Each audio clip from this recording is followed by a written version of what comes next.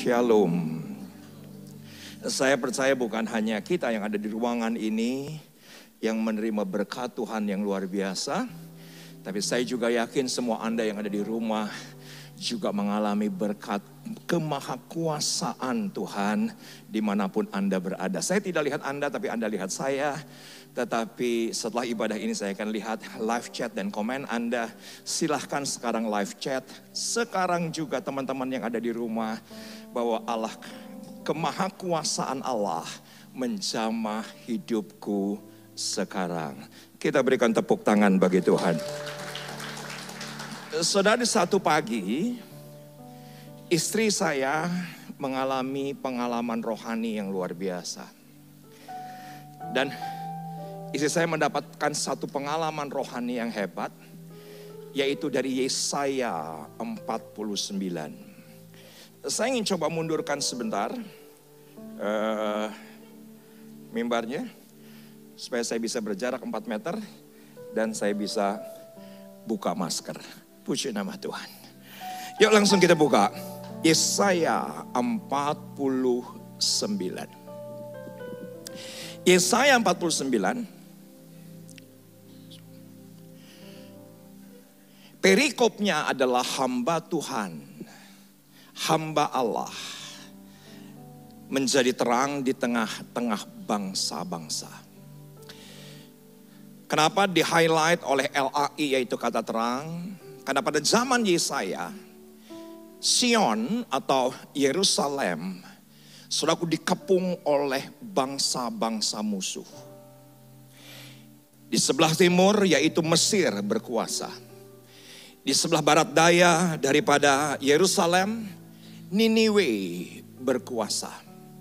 Dan sedang di sebelah selatan daripada Yerusalem yang berkuasa ada bangsa kuat yang lain, yaitu adalah Babel. Nah, saudara, di tengah-tengah kegelapan, di tengah-tengah desakan dari ayat yang ke-1 hingga dengan ayat yang ke-7, ada keluhan Yesaya sebagai hamba Tuhan, hamba terang di tengah-tengah bangsa-bangsa yang gelap. Tetapi di ayat yang ke-8 saya bersuka cita, yaitu ada satu perikop yang diberikan LAI, Sion dipulihkan. Sion berbicara mengenai Yerusalem, Sion berbicara mengenai Anda dan saya, Sion berbicara mengenai keluarga kita, Sion berbicara mengenai gereja Tuhan. Katakan ya. Itu adalah Sion yang dipulihkan. Dan yuk sama-sama kita lihat bagian ini sebentar. Yesaya 49 ayat yang ke-14. Sion berkata, Tuhan telah meninggalkan aku. Sion berkata, Tuhanku telah melupakan aku. Saudaraku, mungkin tema hari ini kurang menguatkan. Tetapi saya tidak sembarang ambil tema. Karena tertulis dalam Alkitab, dan ini tema kita, yaitu adalah Tuhan telah melupakan aku. Saya tidak mencoba untuk Anda pesimis. Saya tidak akan mencoba untuk Anda menjadi gereja yang apatis. Tapi sebagaimana Sion ketika itu, yang mana tertulis bahwa Tuhan telah melupakan aku. Slide berikutnya memperhatikan. Kenapa saudaraku banyak orang kecewa? Kenapa banyak orang kecewa? Karena menurut saya slide ini menarik. Karena iblis menawarkan yang instan terlihat. Sepakat gak dengan saya? Tuhan menyenangi proses. Tolong diperhatikan. Kita inginnya doa kita langsung terlihat jawabannya.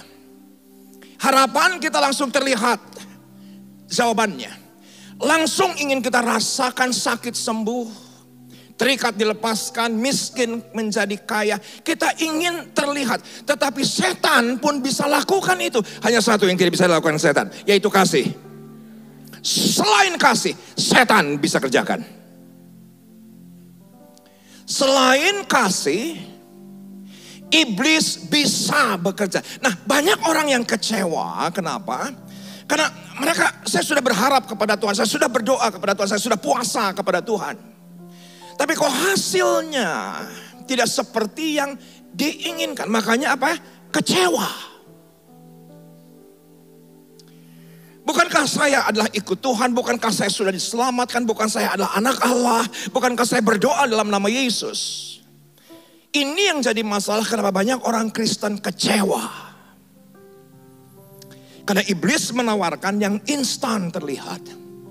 Tapi Tuhan menawarkan, menyertai, dan menikmati proses. Maaf, perhatikan, Tuhan tidak menikmati hasil. Kenapa? Karena hasilnya pasti hari depan yang penuh dengan harapan. Hasilnya pasti. Yang Tuhan nikmati adalah prosesnya. Yang Tuhan sertai adalah prosesnya. Sepertinya Tuhan meninggalkan. Sepertinya Tuhan melupakan. Padahal itu adalah proses. Tolong katakan ya. Slide berikutnya. Seringkali ukuran yang kita pakai sebagai gereja mengenai kehadiran Tuhan dari apa yang kita lihat dan apa yang kita rasakan.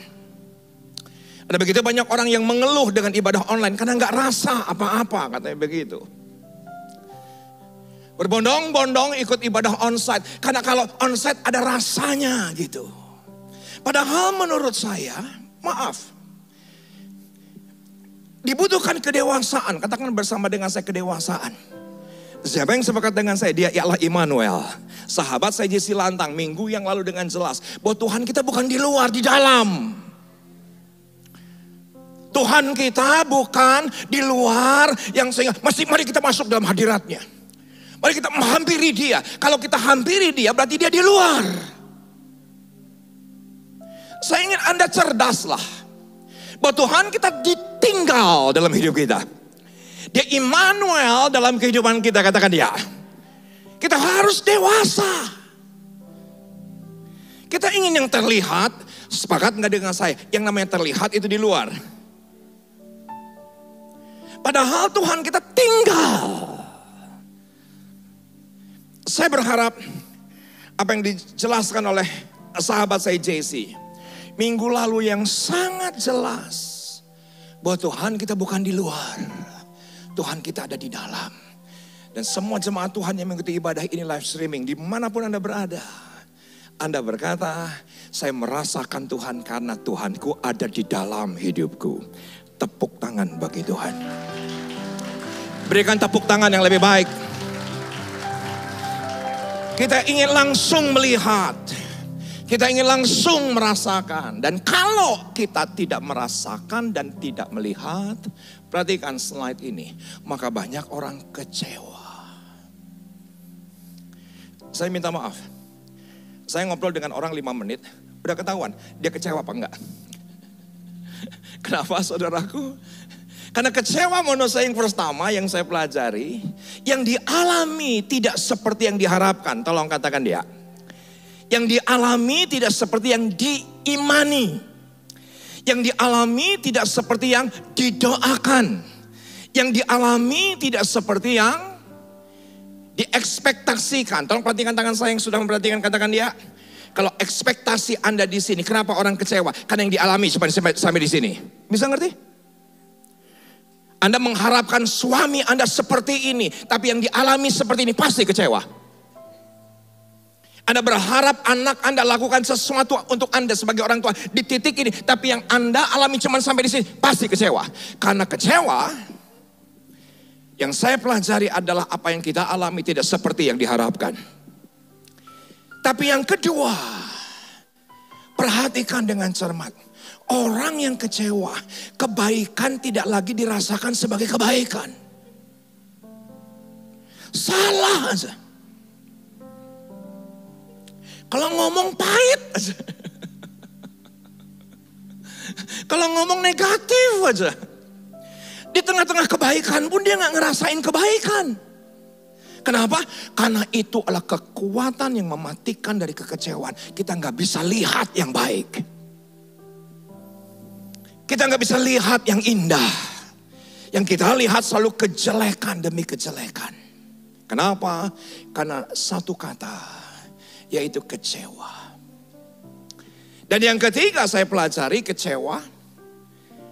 Silakan foto, ini komplit yang ketiga. Menurut saya kekecewaan itu melumpuhkan potensi untuk hidup kita maksimal. Tolong katakan ya. Potensi yang ada dalam kehidupan kita ketika satu kata saja kecewa itu dari ledaknya luar biasa. Potensi untuk maksimal dalam pekerjaan, potensi maksimal dalam pelayanan, potensi yang maksimal di dalam keluarga, saudaraku, menjadi lumpuh. Bahkan sahabat saya berkata tadi malam, oleh karena satu kata kecewa, banyak orang memasuki kematian. Dalam hadirat Tuhan, mau onsite kayak mau online kayak gak rasa apa-apa. Karena kecewa. Hati-hati dengan satu kata, yaitu adalah kecewa. Anda berkata, Tuhan melupakan aku. Tuhan meninggalkan aku. Tapi saya suka hari Jumat tanggal 13 September di satu pagi. Rintik-rintik hujan. Suasana mendung. Ada tahu yang paling enak? Makan Indomie. Begitu saudara. Karena Indomie itu adalah mukjizat untuk Indonesia. Dimakan kapan aja, enak gitu kan. Nggak ada hubungan. Tetapi yang saya ingin katakan di satu pagi mendung rintik-rintik.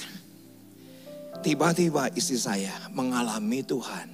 Bukan dari ayat yang ke-14 tapi dari ayat yang ke-15.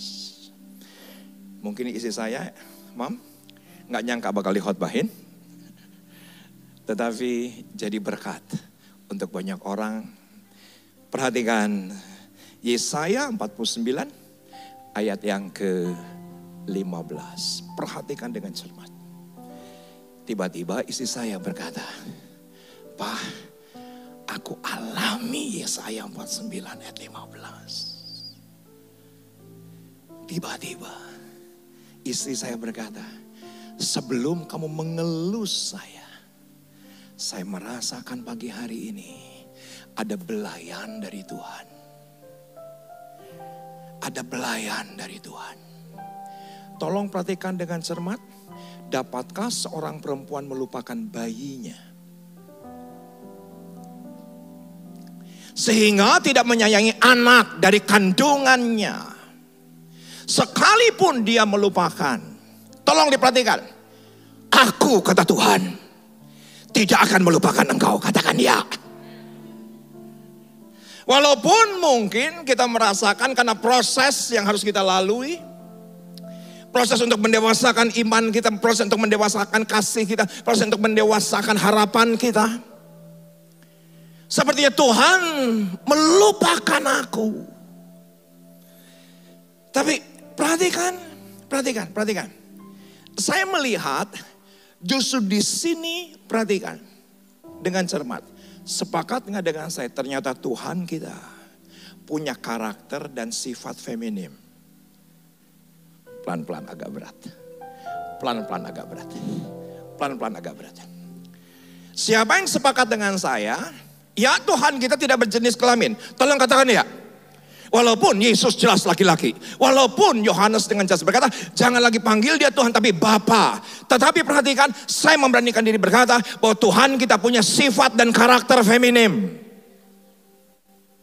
Bahkan Yesus pun yang seorang pria, dia punya sifat dan karakter feminim. Ketika dia kehilangan satu domba, sepakat nggak dengan saya? Itu domba bukan dikerek, tetapi digendong. Menurut saya itulah sifat feminim daripada Tuhan kita. Ya, saudaraku, kita terjebak yang seolah-olah bahwa Tuhan kita itu maskulin. Tapi saya memberanikan diri berkata, walaupun ada seorang ibu yang melupakan anaknya, aku Tuhan tidak akan pernah melupakan engkau. Dia ambil satu sisi feminim. Dan saudaraku, saya nggak tahu keberadaan Anda. Anda mungkin saja tidak pernah merasakan belayan daripada ibumu. Anda tidak secara langsung mendapatkan asuhan daripada ibumu. Ibumu bekerja, single mother. Ayahnya meninggalkan engkau. Ayahmu menceraikan. Tapi tolong perhatikan, dia bisa hadir sebagai Allah feminim. Yang mana terbukti, istri saya berkata tanggal 13 September 2 Jumat yang lalu di satu pagi. Dia berkata, aku dibelai Tuhan. Aku rasanya kok mendapatkan kasih. Dan Elsa berkata, aku dapatkan Yesaya 49 ayat yang ke-15. Walaupun ada seorang ibu yang meninggalkan, tapi Tuhan tidak pernah meninggalkan dan melupakan ayah anaknya. Tepuk tangan bagi Tuhan.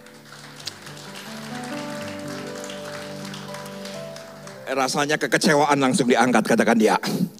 Rasanya ketakutan langsung diangkat, katakan dia. Rasanya saudaraku ketidakpercayaan langsung diangkat. Hanya oleh sebuah belayan. Dan istri saya berkata, aku tahu persis Pak. Sebelum kamu yang membelai aku tadi, ada belayan daripada Tuhan. Sekarang saya mengerti bahwa Tuhan kita punya sisi feminim. Saya buktikan. Bagian ayat yang terakhir. Kejadian pasal yang ke-49. Yuk sama-sama buka. Kejadian 49. Kejadian pasal 49 adalah pesan terakhir Israel kepada 12 anaknya. Kejadian 49 adalah pesan terakhir dari Yakub kepada ke-12 anaknya. Sepakat nggak dengan saya kalau pesan terakhir pasti penting? Gak mungkin pesan terakhir bercandaan. Pesan terakhir pasti penting. Dan perikopnya berkata demikian.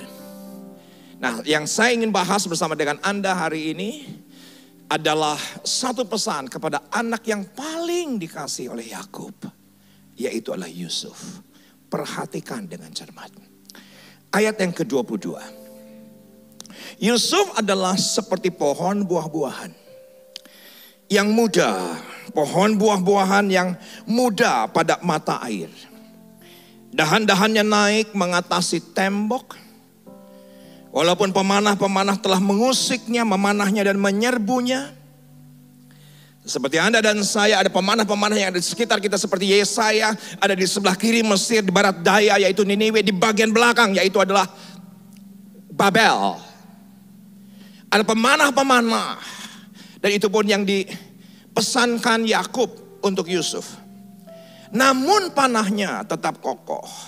Dan lengan tangannya tinggal lihat. Perhatikan ayat yang ke-24 ini. Dan tangannya tinggal lihat. Oleh pertolongan yang maha kuat pelindung Yakub, ayahnya. Oleh sebab gembalanya gunung batu Israel. Yuk sama-sama kita baca ayat yang terakhir. 2, 3 ya. Oleh. Belum semua. Saya ingin semua Anda baca.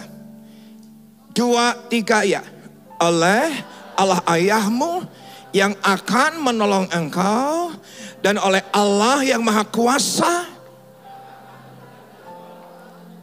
Dengan berkat dari langit di atas, dengan berkat samudra raya yang letaknya di bawah, dengan berkat buah dada dan kandungan. Setuju nggak dengan saya? Ternyata Tuhan kita punya sifat dan karakter feminim. Dan maaf, perhatikan, tolong perhatikan. Ketika Anda barusan pujikan El Shaddai, El Shaddai, Adai, Allah Maha Kuasa. Dia besar, Dia besar. El Shaddai mulia. El Shaddai, El Shaddai El Shaddai, Allah Maha Kuasa. Berkatnya berkat.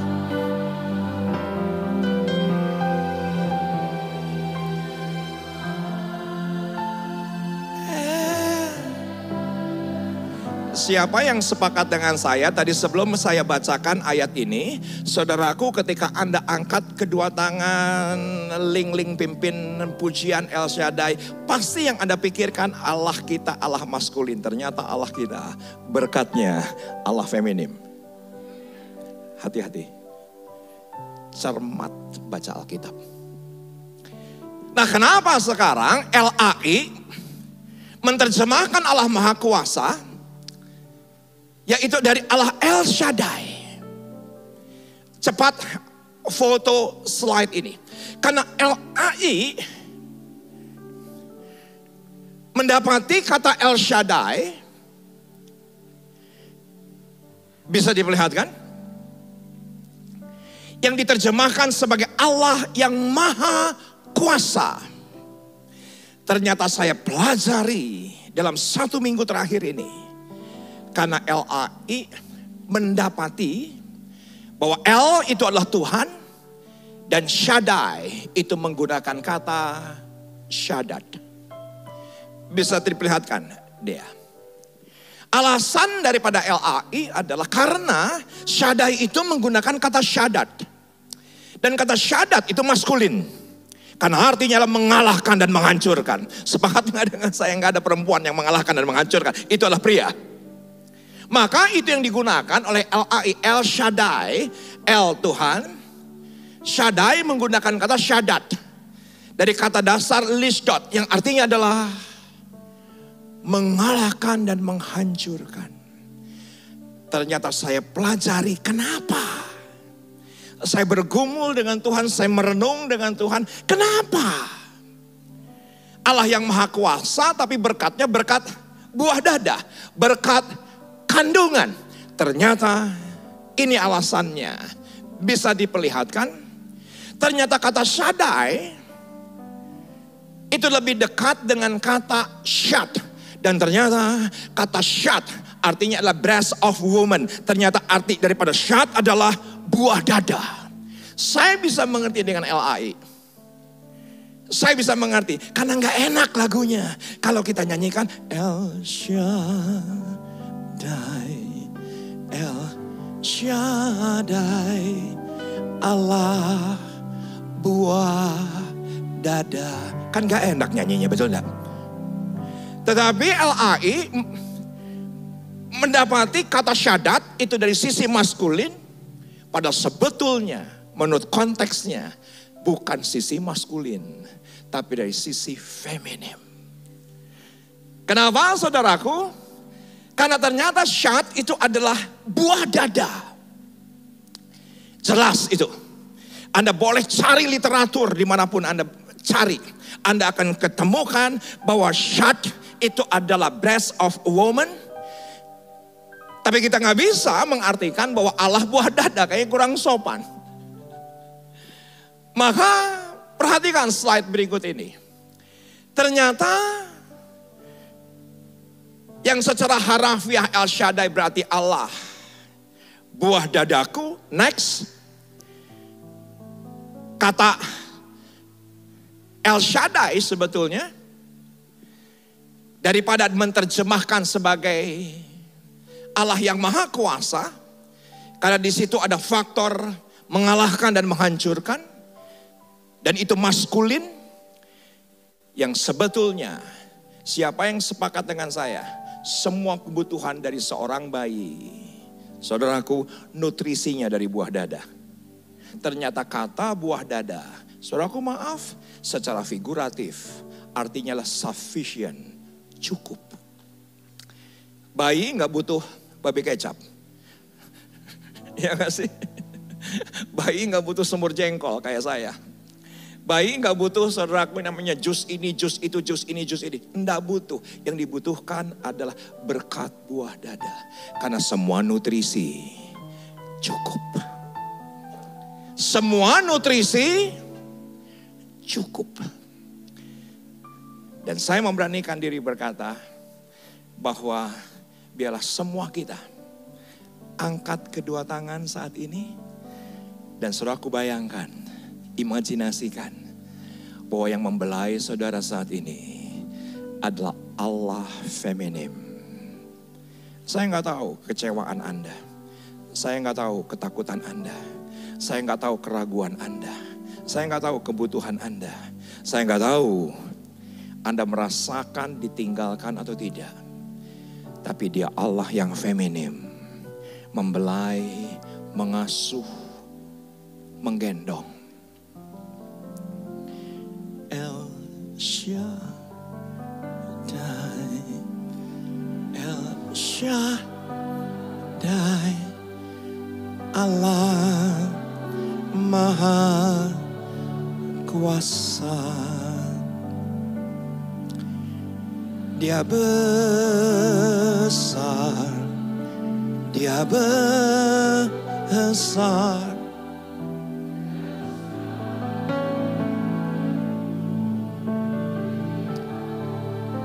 Syarabakanama.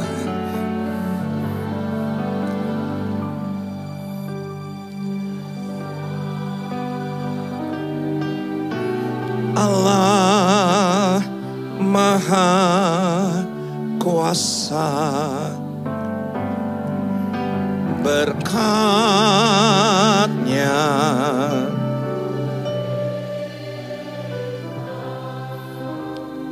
El 31 tahun yang lalu, almarhum Om Nyo dan Tante Mariana yang tinggal di sekitar Sasak Tinggi Ciputat mendapati bahwa asisten rumah tangga yang menolong Om Nyo dan Tante hamil. Dan ketika hamil, Om Nyo dan Tante menanyakan ini ayahnya siapa. Tapi asisten rumah tangga ini tidak dengan jelas mengatakannya. Walaupun ya ada pria-pria yang dekat dengan asisten rumah tangga ini. Yang pada sebuah titik, asisten rumah tangga ini ingin menggugurkan kandungan. Perhatikan, sejak di kandungan sudah tertolak. Tetapi Om Nyo dan Tante secara persuasif mengatakan jangan gugurkan. Yang akhirnya oke, saya tidak akan gugurkan. Tetapi anak ini tidak akan pernah saya bawa pulang. Saya akan pulang ke kampung dan saya mau tinggal. Dan Anda tahu sejak itulah gereja kita, GBI Gatot Subroto, bahkan GBI Sawangan punya panti anak. Oleh karena apa? Dititipkan satu bayi laki-laki. 30 tahun yang lalu lahir dan 30 tahun yang lalu panti, bahkan sampai ada di Kemang. Sekarang pantinya besar, cikal bakalnya adalah satu anak yang tertolak. Dan anak ini akhirnya menjadi besar. Ada penghuni-penghuni yang lain dituntut untuk jadi panutan, dituntut untuk jadi teladan. Yang tentunya karena tidak lahir dari keluarga yang sempurna, maka tekanan-tekanan itu pasti mempengaruhi dirinya. Yang akhirnya karena tuntutan demi tuntutan untuk menjadi sempurna, untuk jadi teladan, untuk jadi panutan, itu menjadi pressure tertentu dalam dirinya secara psikis. Yang pada sampai sebuah titik harus dipisahkan. Dan anak itu tinggal di sebuah ruangan di gereja ini. Puji nama Tuhan, Om Nyo dan Tante sejak awal visi daripada panti anak ini, kalau sudah dititipkan tidak boleh diambil. Kenapa? Akan dijadikan hamba Tuhan. Itu visi daripada Om Nyo dan Tante Mariana. Akan dijadikan hamba Tuhan. Dan anak ini besar, lulus SMA. Dan sebagaimana janji daripada Om Nyo dan Tante Mariana, anak ini sekolah di STT Tawangmangu dan sudah selesai. Dan ketika sudah selesai kembali lagi ke Sawangan, melayani di Sawangan sebagai hamba Tuhan. Sepakat gak dengan saya? Walaupun ada seorang ibu yang meninggalkan, Tuhan kita tidak pernah meninggalkan anaknya. Ya gak sih? Semua nutrisi yang tidak didapatkan dari ibu kandung sekalipun, Tuhan sediakan.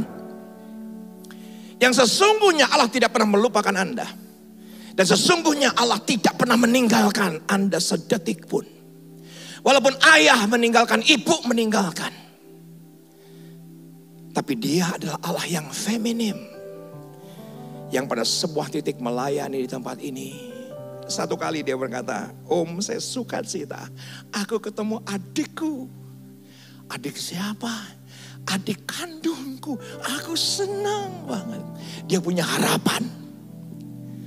Dan ketika harapan itu dihampirinya, ternyata kedua orang tuanya tetap menolak. Tetap menolak. Dia pernah bercerita dan berkata ketika sampai sebuah titik kekecewaan yang luar biasa. Dia pernah mengendarai motornya dengan kecepatan penuh. Dia gas itu yang namanya motornya. Untuk bunuh diri. Yang dia bingung adalah kok tiba-tiba jalannya kosong. Ketika dia buka mata, tidak ada apa-apa. Ketika dia buka mata, dia tetap dalam keadaan selamat. Dia punya pacar, putus, penolakan demi penolakan terjadi.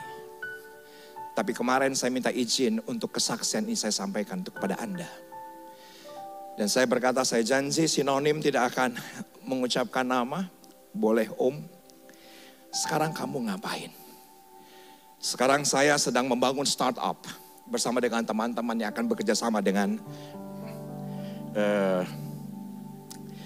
koperasi yang ada di Sawangan ini. Besok saya akan meeting dengan timnya. Dia sedang bangun startup dengan anak-anak muda yang cemerlang. Yang punya visi besar. Dan Pak, ya memang saya sekarang setelah sebelumnya saya menjadi guru musik. Tapi sekolahnya tutup karena pandemi. Saya tanya, masih ada murid enggak? Masih ada murid. Dia tetap produktif. Dia mengajar musik untuk anak-anak yang ada di sekitar rumahnya. Apalagi proyek yang ada pada kamu. Sekarang justru ada satu kelompok yang ada di kota itu menginginkan saya mendirikan sekolah. Mendirikan sekolah. Dan dia akan menjadi kepala sekolahnya. Siapa yang sepakat dengan saya? Nutrisi Tuhan siapkan. Yang dunia tolak. Dunia menolak. Tapi Tuhan kita tidak akan pernah sekali-kali menolak. Tidak akan pernah sekali-kali menolak. Saya tidak tahu keberadaan Anda. Tapi biarlah hari ini semua kita bersuka cita. Karena Tuhan kita, maaf, bukan hanya punya sifat karakter maskulin. Tapi Tuhan kita juga punya sifat karakter feminim. Yang disediakan oleh Allah yang Maha Kuasa. Allah El Shaddai, yaitu justru dari berkat buah dada dan kandungan. Perlahan Anda bangkit berdiri.